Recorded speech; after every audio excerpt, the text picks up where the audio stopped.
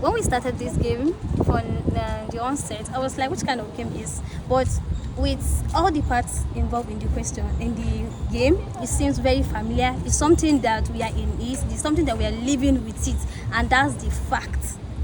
Firstly, this game is very interesting, it's enlightening and very educating. So while playing the game, I picked a right card, and it's freedom of expression, freedom of speech. It spoke about we as young people, as Nigerian under a sovereign state that has a constitution. It says the section 39 of the Constitution of Nigeria says we have freedom of expression, we can speak through writing and orally. Yes. So I learned a lot from this game.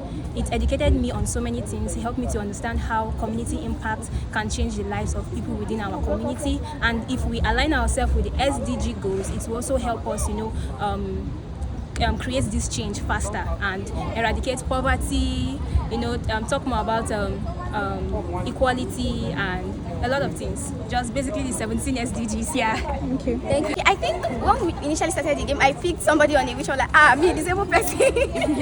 You get, and I think there's an SDG that actually addresses this right to reduce inequalities. So most of the characters there on those points, whatever they are, show the different occupations and different kind of people that we have in our societies, from doctors to policemen to schoolboys, schoolgirls, traditional rulers, and all. So if I was to meet a representative, I would tell that representative that whatever they want to do, whatever opportunity or whatever thing they want to do, we should consider each of those different people in society so that the impact is widespread. Thank you. Like the solidarity section, it's really got my attention because we get to know the other participants, what are they doing in their community, how maybe we too can do something in our community. Like if we're not doing anything in our community before, it will push us to do something in our community. So I learned something about that. The game is new to me, and I've not done anything in my community. But experiencing the game today, I think I have a lot to do in my community using this game.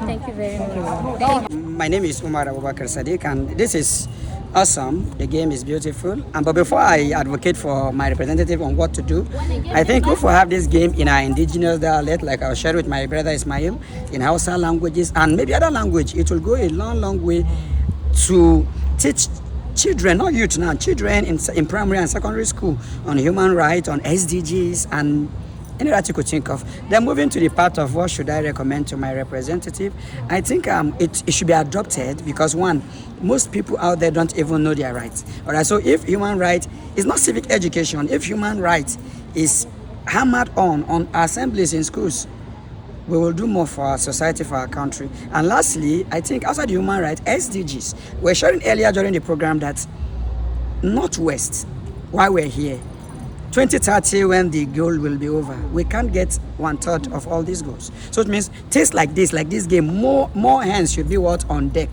for it to achieve this. And using this game could go a long way as a starting point. Thank you very much. Thank you very much. For me, the challenges are quite relevant community-wise, and the game is like what the community really needs.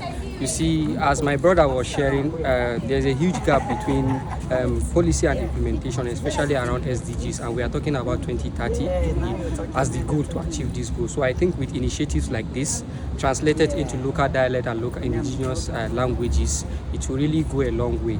And then that's for the organizational side. Now for policy makers, I think if these issues around these games can be adopted in curriculums across schools and even communities, I think it's a very good one, and it will really help in curtailing or attaining the SDGs by 2030. Thank you. So what new thing did you learn from the game? There was not really nothing new, but it was also an eye-opener for me to actually deep more in issues around community human rights, because the game actually opened my eye across some little things that most communities overlook, and it's well backed up by the constitutions and other acts amended by the federal government and other development partners. Thank you. Thank you very much.